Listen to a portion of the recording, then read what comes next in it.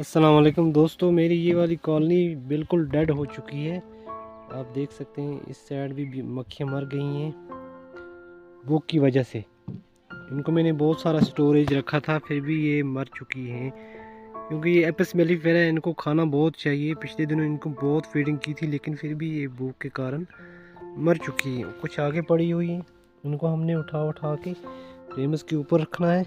देखते हैं अभी इनकी क्या सूरत हाल होगी, इनको कैसे हम बचा सकेंगे। इन्होंने सेल्स के अंदर सर घुसाया हुआ है भूख की वजह से, और अभी धूप निकली हुई है, हमें धूप का फ़ायदा उठाना है। हमने इनको यहाँ से ले जाना है। देखते हैं हम क्या कर सकते हैं। वीडियो की लास्ट तक बने रहें हमारे साथ। ऐसी सिचुएशन अगर आपको पेश आ जाए तो आप अपनी मक्खियों को कैसे रिकवर कर सकते हैं जो भूख के कारण सुस्त हो चुकी हैं, बेहोश हो चुकी हैं और सेल्स के अंदर सर घुसाया हुआ। इनको आप कैसे दोबारा से बचा सकते हैं, उठा सकते हैं। चलिए दोस्तों, इन फ्रेम्स को हम ले जाते हैं धूप में। अब दोस्तों इनको मैं ले आया हूँ धूप में। देखते हैं इनको गिराते हैं। मैंने बहुत सारी मक्खियों को पहले कलेक्ट कर लिया था और धूप में हमने इनको पॉलीथीन के ऊपर छोड़ा हुआ है।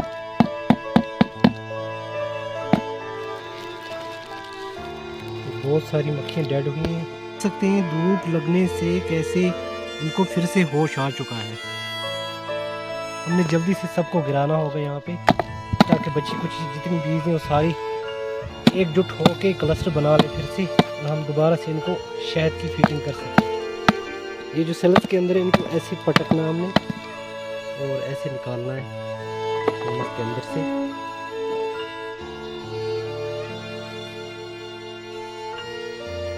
धीरे धीरे हमने ऐसे पटक देना है।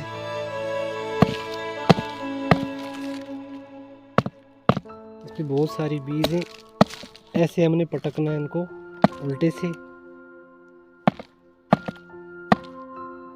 ताकि सारी बीज बाहर आ जाए। इस साइड भी बहुत सारी हैं, आप देख सकते हैं।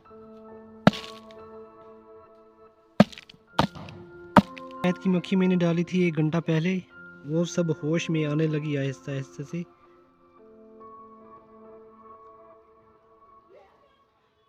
ये आप देखें सब हिल रही हैं। तो ये भूख के कारण ऐसे इनको बचाने के लिए जल्दी से हमने धूप में रखना है, और फिर जब होश आ जाए, और हमने शहद लगा के रखा है इन सेल्स के बीच में, और इनको उठा उठा के हम इसमें छोड़ते जाएंगे ताकि सारी बीज उठ जाएं। और ये जब शहद खाएंगी तो इनको अच्छे से होश आ जाएगा, और फिर दोबारा से ये क्लस्टर बना लेंगी और हमारी कॉलोनी फिर से रिकवर हो जाएगी। हमने फिर से इसको कैंडी से और शहद की फीडिंग से दोबारा से बहाल कर देना है। अब देखते हैं आगे का प्रोसेस, कब तक ये सारी उठती हैं और कब तक ये क्लस्टर बनाती हैं और ये शहद खाती हैं। अब इनको उठा उठा के हमने इस फ्रेम के ऊपर छोड़ते जाना है जहाँ पे हमने शहद डाला था। दोस्तों ये स्टिंग भी करने लगी। अब इतना इनको होश आ चुका है कि ये स्टिंग करने लगी।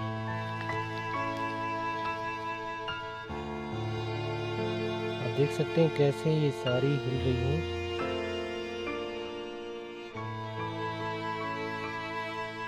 उठाते जाना है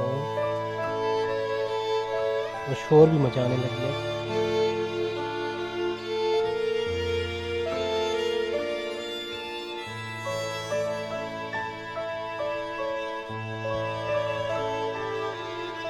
आप देखें कॉलोनी फिर से रिकवर हो रही है।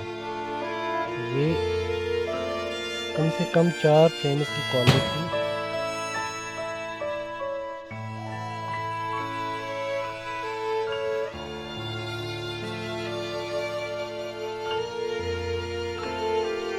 दोस्तों अब ये स्टिंग कर रही हैं बहुत। हमने इनको लकड़ी के सहारे फ्रेम्स की ओर पुश करना है।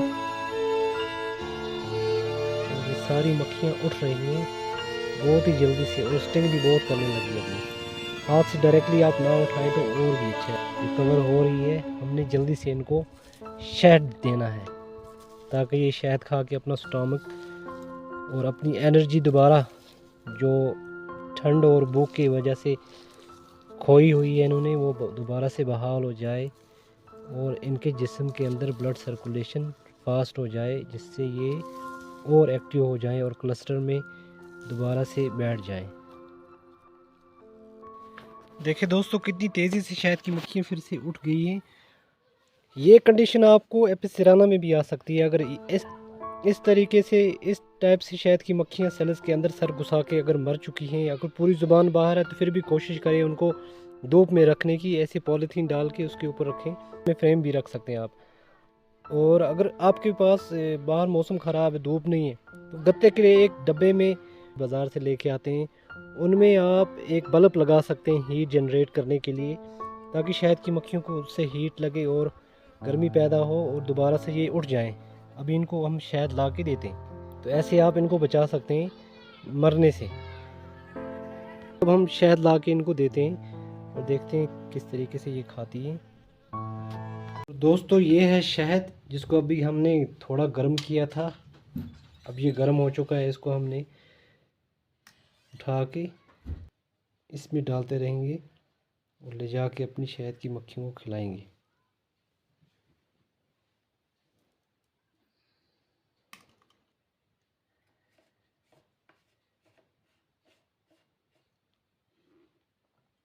इतना शहद बहुत हमको उठाने के लिए।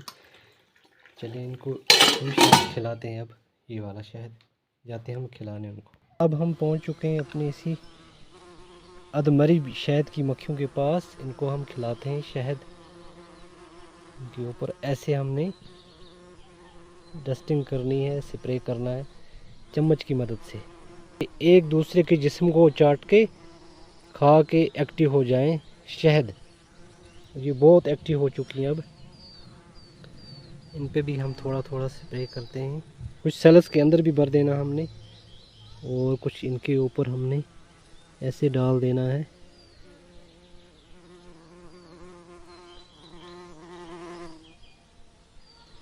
ये बहुत एक्टिव हो गई पहले से शहद खा के। अब इसकी क्वीन भी ज़िंदा होनी चाहिए, वो हम बाद में चेक करेंगे, लेकिन फ़िलहाल इनको कोशिश करना है। क्वीन अगर ना भी रही तो मसला नहीं है, हम दूसरी कॉलोनी के साथ इनकी ज़िंदगी तो बचा सकते हैं मिला के।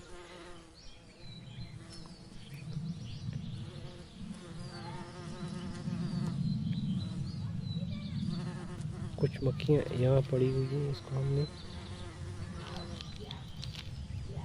डाल देना है। देख सकते हैं आप कुछ ही सेकंड के बाद कैसे शहद की मक्खियों ने एक दूसरे को चाटना शुरू कर दिया है। यहाँ देख सकते हैं आप, और ये एक्टिव हो गई बहुत पहले से। सारी मक्खियाँ ज़िंदा हो गई, उठ खड़ी हुई एक बार फिर से। ये आप देखें यहाँ पे कैसे चाट रही हैं एक दूसरे को।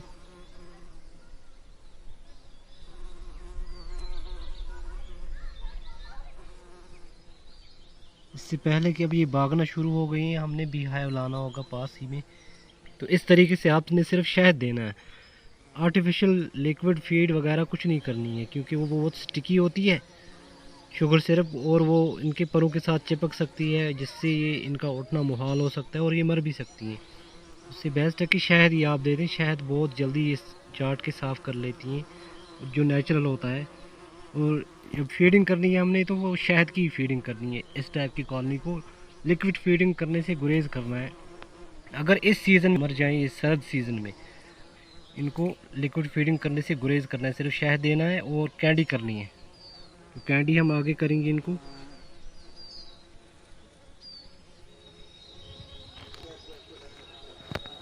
दोस्तों, अब जाते हैं हम भी हाइव लाने के लिए। जो एम्प्टी हमारा हाइव हो चुका है वो लाते हैं। ये सारी शहद की मक्खियाँ उसमें डालते हैं। खाली हो चुका है, इसको उठाते हैं हम यहाँ से, सीधा ले जाते हैं। और कुछ बोरी के साथ बीज जो चिपकी हुई थी वो इधर ही ज़िंदा एक्टिव हो गई धूप की वजह से। इनको भी हम साथ में धर लेते हैं। चले चलते हैं दोस्तों इसको लेके वहाँ पे। चलिए दोस्तों, रखते हैं हम यहाँ पे बी हाइव को। देखते हैं इनकी अच्छे से एक्टिव हो जाएं, फिर उठा के हमने 1 बाय 1 करके शहद की मक्खियों को इसमें डालते जाएंगे। दोस्तों, इन्होंने अब भागना शुरू कर दिया है, उड़ना शुरू कर दिया है। उससे पहले कि ये भाग के उड़ जाएं सारी यहाँ से, हमने इन फ्रेम्स को दोबारा कॉलोनी के अंदर रखना होगा हमने जल्दी से, वरना ये सारी भाग भी सकती हैं। चलिए दोस्तों, इनको रखते हैं अब दोबारा से हम कॉलोनी के अंदर। तो यहाँ पे ये अच्छे से क्लस्टर बनाएंगी। अब देख सकते हैं कैसे एक्टिव हो चुकी हैं सारी मक्खियाँ। फ्रेम को भी हम रखेंगे इसी के अंदर।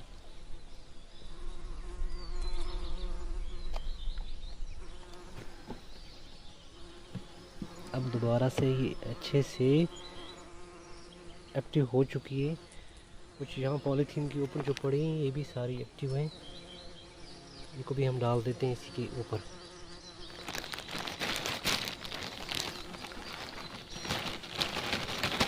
और ये उड़ना शुरू हो चुकी हैं, बहुत तेज़ी से उड़ रही हैं। अब हमने एक एक करके जो बाहर नीचे पड़ी हुई है इनको भी बचा लेना है। चलें दोस्तों, इस कॉलोनी को हम दोबारा से वापस ले जाते हैं अपनी ओरिजिनल लोकेशन पे, क्योंकि बहुत सारी मक्खियाँ उड़ गई हैं यहाँ से और वो अपनी ओरिजिनल लोकेशन पे चली गई हैं। और वहाँ पे हमने वीहाइव को जल्दी से पहुँचाना होगा ताकि इसकी एंट्री से दोबारा से वो अंदर चली जाएँ और अपने क्लस्टर में घुस जाएँ। तो ले आए इसको हम अपनी ओरिजिनल लोकेशन पे। अब रखते हैं वापस हम इसको अपनी जगह पे। बाहर से जो मक्खियाँ थी वो उड़ रही हैं यहाँ पे। तो देखो कैसे ये शहद चाट रही हैं, एक दूसरे में बांट रही हैं शहद, एक दूसरे के परों से साफ़ कर रही हैं, एक दूसरे में बांट रही हैं ताकि जल्दी से उड़ जाएं। और नीचे की सारी मक्खियाँ चढ़ते हुए ऊपर फ्रेम्स की तरफ, ये देख सकते हैं आप, सारी मक्खियाँ एक्टिव हो चुकी हैं जो फ्रेम्स के साथ हैं।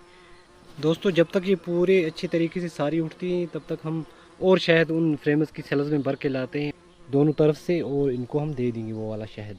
चलें दोस्तों, शहद लाते हैं। दोस्तों, अब हम शहद भरेंगे इन फ्रेम्स की सेल्स के अंदर। हमने 2 फ्रेम साथ में लाए और ऐसे हमने शहद उठा के इन सेल्स के अंदर ऐसे भर देना है।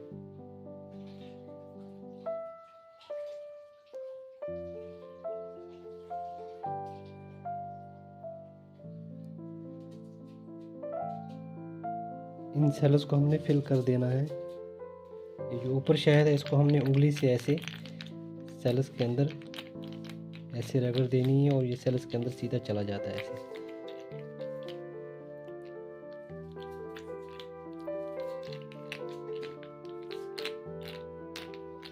और ये नीम गरम है अभी, क्योंकि हमने कैंडी बनानी है, उसके लिए हमने तैयारी करनी है, तो इसलिए हमने ये शहद को मेल्ट किया था। ये पूरा जम चुका था, पूरा हार्ड था, और हमने इसको मेल्ट किया है अभी। ऐसे अपने सेल्स में भर देना है दोनों तरफ से। अब दोस्तों, इसको हमने फिल कर दी है उंगली से अच्छे से। अब दूसरी तरफ से हमने ऐसे इसको उलट देना है और फ्रेम इसके ऊपर ही रखना है दूसरी, ताकि जो शहद है ये नीचे टपक के नीचे दूसरे टार्ट को ना ख़राब करे। अब इसमें हम शहद भरेंगे दूसरी तरफ से भी ऐसे ही, ऐसे हमने भर देना है दोनों तरफ से इसको अच्छे से।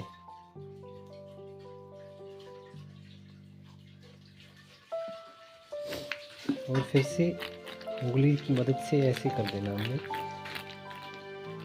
दोस्तों, अब दोनों तरफ से हमने शहद को फिल कर दिया है सेल्स के अंदर, और थोड़ा बहुत टपक चुका है नीचे क्योंकि ये उल्टा रखा था हमने, आपने देखा।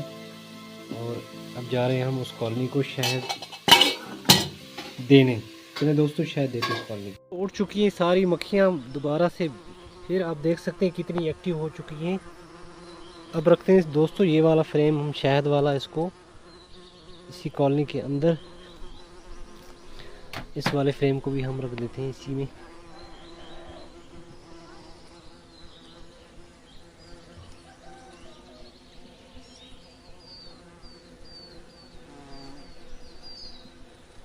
दोस्तों, इन वाले फ्रेम्स को हम फ़िलहाल छोड़ेंगे ऐसे बाहर ही, और इतने फ्रेम हम दे देते हैं इनको, और देखेंगे कितने फ्रेम कवर करेंगे। उसके बाद हमें पैकिंग भी देनी है, और फ़िलहाल करते हैं तब तक हम इसको कवरिंग, ताकि रॉबर बीज अट्रैक्ट ना हो। लेकिन सिराना बहुत रॉबिंग कर रही है आजकल, हमने इनको कवरिंग करके रखनी है अच्छे से। और तब तक रखते हैं हम पॉलीथीन इसके ऊपर, ताकि इनको अच्छे से हीट जनरेट हो सके। तो खोलते हैं 2 घंटे के बाद, इनकी अंदर की कंडीशन देखते हैं। वाह ग्रेट। और आप देख सकते हैं आगे से पीछे तक अच्छे से शहद की मक्खियों ने क्लस्टर बना के फैल चुकी है और सारा शहद भी इन्होंने खा लिया है और सबको उठा दिया है इन्होंने। एक दूसरे को फीड करके सारी शहद की मक्खियों को एनर्जी बहाल कर दी अपनी। अब थोड़ा थोड़ा स्मोक करके देखते हैं अंदर। और आप देख सकते हैं दोस्तों कितने अच्छे से शहद की मक्खियाँ बैठी हुई हैं पूरे फ्रेम्स पे। उस फ्रेम पे भी आप देख सकते हैं। तो ऐसे दोस्तों आप भी अपनी शहद की मक्खियों को, अगर वो ऐसे अधमरी सी हो गई हैं या सेल्स के अंदर उन्होंने सर घुसाया है, तो उनको बिल्कुल मरने पर न छोड़ दें उनको। फिर भी आप एक बार चेक करके देख सकते हैं, ऐसे धूप में रख के या फिर बल्ब लगा के देख सकते हैं अगर वो ज़िंदा हैं, और उनको फीड करें, दोबारा से उनको उठा दें। ऐसे हम अपनी कॉलोनी को दोबारा से भुखमरी से बचा सकते हैं। अब इनको हम कैंडी भी करेंगे। उम्मीद है दोस्तों आज की ये वीडियो आपको पसंद आई होगी। मिलते हैं अगले वीडियो में, तब तक के लिए अल्लाह हाफ़िज़।